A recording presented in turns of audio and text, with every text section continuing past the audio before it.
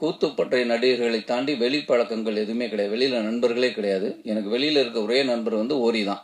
வெளியில போற தொடர்புங்கிறது ஓரி தான். ஓரி வீட்டுக்கு போவான். அப்போ அவன் பேச்சுலர். அவன் வீட்டுக்குள்ள போனாலே பயம் வந்துடும் ஒரு கட்டத்துல. அதான் ஃப்ரூட்ஸ் வந்து இப்போ தர்பூசணி கட் பண்ணி கொடுப்பான். வந்தோடனே மாமா சாப்பிட்றா அப்படின்னு கட் பண்ணி கொடுப்பான்.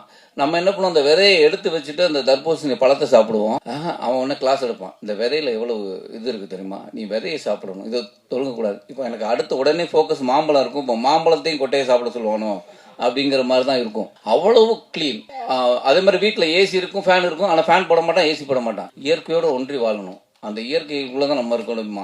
இவன் வீட்டுக்குள்ள போறது ஆவலாவும் இருக்கும், அதே நேரம் ஒரு பயமாவும் இருக்கும். அப்போ அப்படி பார்த்த ஒரு நண்பன். அதுக்கப்புறம் அவன் கல்யாணத்துக்கு நான் போயிருந்தேன். 3 பிள்ளைகள். நான் கை குழந்தையா பார்த்த பொண்ணு இன்னைக்கு வந்து மேடையில் பேசும்போது ரொம்ப ஆச்சரியமா இருக்கு. அதுக்கு இடையில அந்த கை குழந்தையா இருக்குல்ல, சரி ஒய்ஃப் வந்தப்புறம் வந்து இவன் மாத்திட்டானா அல்ல அவங்க இவங்களை மாத்திட்டாங்களான்னு பார்க்கணும்னு ஒரு தடவை நான் போயிருந்தேன். குழந்தை பிறந்த போது அவன் வீட்டுக்கு போயிருந்தேன். அது அதே கிளீன்ல இருக்கு.